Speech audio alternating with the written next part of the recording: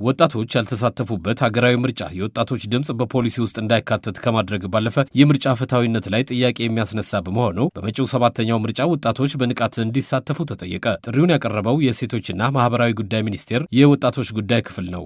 ከዚህ ቀደም በነበሩት ሀገራዊ ምርጫዎች ላይ ወጣቶች የፖለቲካ ተሳትፏቸው አነስተኛ እንደሆነ ተነግሯል። ነገር ግን በ6ኛው ሀገራዊ ምርጫ ላይ የነበረው የወጣቶች ተሳትፎ ከቀደሙት ዓመታት የተሻለ እንደነበርና ከ150 ሺህ በላይ ወጣቶች በምርጫ አስፈጻሚነትና በታዛቢነት መሳተፋቸውን ሚኒስቴሩ ተናግሯል። ይህ የተባለው 7ኛውን ሀገራዊ ምርጫ አስመልክቶ የወጣቶች ድምጽና ተሳትፎ ለሰላምና ዲሞክራሲ በሚል መሪ ቃል ትናንት ቀኑን ሙሉ በተካሄደ መርሃ ግብር ላይ ነው። ወጣቶች በፖለቲካው ዘርፍ መሳተፍ ይገባቸዋል ሲባል ምርጫ ብቻ መምረጥ አለባቸው ማለት አይደለም ያሉት በሴቶችና በማህበራዊ ጉዳይ ሚኒስቴር የወጣቶች ጉዳይ ሚኒስትር ዴኤታ ሙና አህመድ ከምርጫ ታዛቢነት ባለፈ በቀጥታ ተሳታፊ መሆን ያስፈልጋል ይላሉ። የፖለቲካ ፓርቲዎችም ቢሆኑ በሚያወጡት እቅድ ውስጥ ዋነኛው ዓላማ ወጣቶች መሆን አለባቸው ያሉት በሚኒስቴር መስሪያ ቤቱ የወጣቶች ጉዳይ ሚኒስትር ዴኤታዋ በመጪው ግንቦት ለሚካሄደው 7ኛው ሀገራዊ ምርጫም ወጣቶች የበለጠ ሊሳተፉ እንደሚገባ አሳስበዋል። ወጣቱ ልምድ የለውም ከሚለው የተሳሳቱና አሮጌ ትርክቶችን የምንሰብርበት በእውቀቱና በማስረጃ ላይ ተመስርተን በሰከነ መንገድ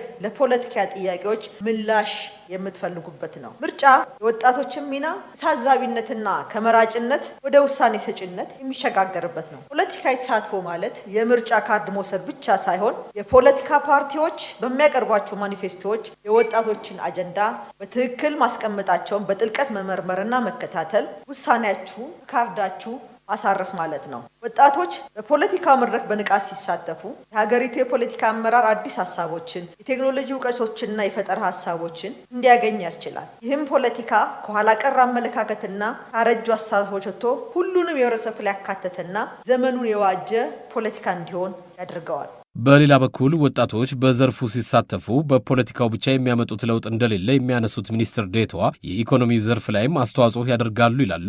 ምርጫ የፖለቲካ ፓርቲዎች ጉዳይ ብቻ ሳይሆን የወጣቶችን የነገ ህይወት የሚወስንም በመሆኑ ወጣቱ በምርጫም ሆነ በፖለቲካው ዘርፍ ሊሳተፍ ይገባል ተብሏል።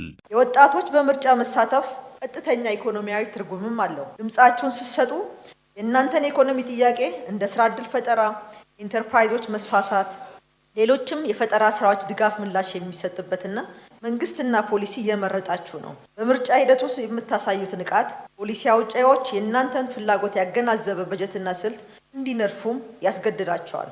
ይህም ሀገሪቱ ያላትን የወጣት ጉልበት ወደ ምርታማነት በመቀየር ለዘላቂ እድገትና ለድህነት ቅነሳ ትልቅ አስተዋጽኦም ይኖረዋል። ተሳትፏችሁ የሀገሪቱን ሀብት ለወጣቱ ትውልድ በሚወሉ ፕሮጀክቶች እንዲያተኩር በማድረግ ኢኮኖሚያዊ ፍትሃዊነትን የሚያረጋግጥ የፖሊሲ ማዕቀፍም የመገንቢያም መሳሪያ ነው። መጪውን ሀገራዊ ምርጫ አስመልክቶ የወጣቶች ድምጽና ተሳትፎ ለሰላምና ለዲሞክራሲ በሚል መሪ ቃል ሀገር አቀፍ መርሃ ግብር መሰናዳቱ ተነግሯል።